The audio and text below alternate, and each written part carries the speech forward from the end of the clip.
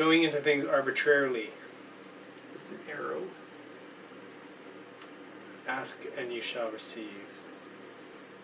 I don't know what that means. But what this first one makes me think about is slight. HH. Right. And you, and kind of saying things and like deciding, yes, my favorite thing is this. Right. And it's like not really your favorite, but something's got to be the favorite. And so it's kind of just like freedom of choice. When things are equal, when things are seen as equal, then you can kind of just play around and be like, yeah, I like this, but it's like doesn't have any grab on you or attachment to it. It's just like a fun thing, and that sort of thing. I don't know if at all if that's what this is, but. Yeah, well, it is, it's kind of like how the difference between something like preference and, or what would be the, it's easier to look at things in negatives because there's so many extra words for it. Look at things in what?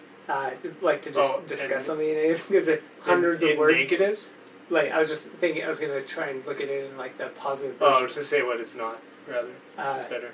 Well, like, in the same way of like saying that is good. There's only so many words for good, but there's like infinite words for bad. Yes. So it's easier to discuss things that way. Yeah. What was I going to say? You said it's easy, well...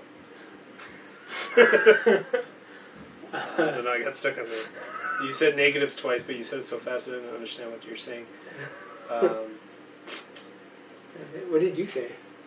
Well, I was talking about slight and arbitrariness and choosing Oh, things. Right. So with like, right, preference, but rather the opposite, like the negative version is indifference or I don't care. Like there's such a difference between like when somebody says I don't care, it can mean almost anything. And people get so hung up on it because they have so much attachment and like confusion around what caring is. Yeah. Like if somebody, like two people can interpret like one person says I don't care, two people can interpret that care as like they want the thing gone or they want nothing to do with it or they're actually indifferent and like what do you want to eat? I don't care. Like it's like but so you don't want to eat or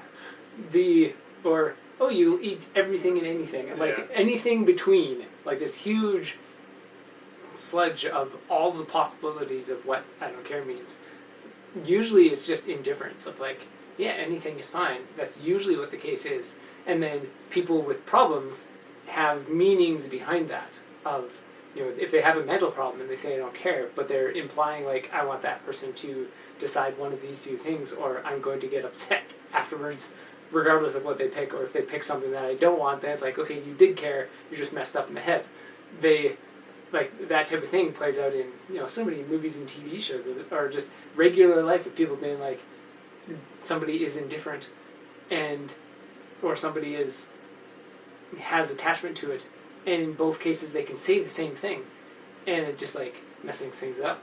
So to remove the possibility of confusion, you can because most preferences are pointless, you can just come up with things that are that you do like or don't like or whatever it is, and you can come up with like some reason for it, like minor justification or something. Like our cousin Nick once said that it'd be after asking what favorite numbers was and couldn't really come up with one, so I just said like some random numbers. Like 24 is really fun because it's divisible by so many things, so it's like really fun to just play with when you're charting things out. So 24, and he's like, would it be fun if your favorite color, like number, was 1 and your favorite color was white and your favorite everything was just like the most bland thing? So I was like, yeah, cool, sure, I'll do that. But then somebody else said like that, I forget what they said, but then I thought of it'd be cool if your favorite number was like a negative number, but maybe it was a fraction or something. So like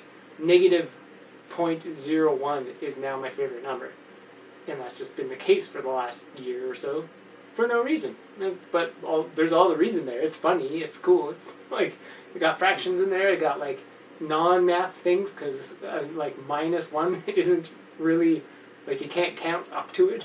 Like things like that. It's just like why not? And my favorite color is gray because there are so many different kinds of grays. Like it could be any gray, but it also makes all the other colors stand out. So it's like yeah, sure, I'll go with gray. Who picks gray as their favorite color? And then it changes the tone of oh, it's such a gray day today. It's like yeah, it's the best.